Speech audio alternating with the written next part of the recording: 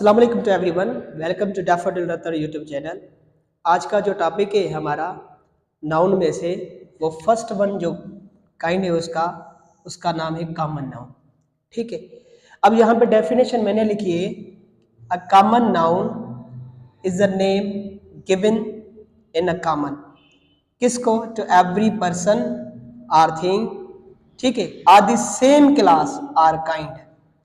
मतलब ये है कि यहाँ पे कि ये जो कॉमन है, common noun is generally common to all, ये हर एक के लिए कॉमन होता है।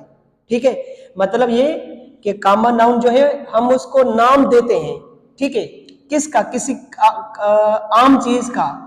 वो क्या होगा? वो पर्सन भी हो सकता है, वो थिंग भी हो सकती है, या सेम क्लास हो सकता है।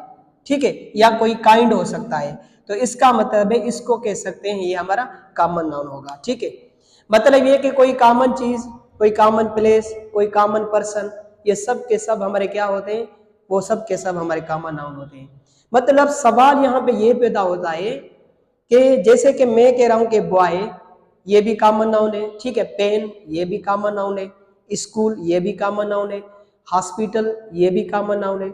इसका मतलब है कई ऐसे नेम्स हैं जिसको हम कॉमन नाउन का वहां पे यूजेज हो सकता है। मगर कुछ मैं ऐसे कह दूं यहाँ पे कि क्या कुछ अगर सेंटेंसेस में, ये तो हमने वर्ड्स को आइडेंटिफाई कर लिया कि ये कॉमन नाउन है, क्या अगर किसी सेंटेंसेस में अगर ये अल्फाज आ जाएं या डिफरेंट कोई अल्फाज आ जाएं, तो इन सेंटेंसेस में किससे हम आइडेंटिफाई कर सकते हैं कि वहां पे कौन सा कॉमन नाउन होगा? जैसे कि यहाँ पे मैंने एक एग्जांपल लिखा है, जैसे कि डॉक्टर तो हो सकता है, पोएट भी हो सकता है, सिटी भी हो सकती है, ये सब के सब कॉमन नाउन है। मगर मैंने इसके लिए एक मॉडिफायर्स लिखे हैं यहाँ पे, जो मॉडिफाई करते हैं किसको? उस कॉमन नाउन को।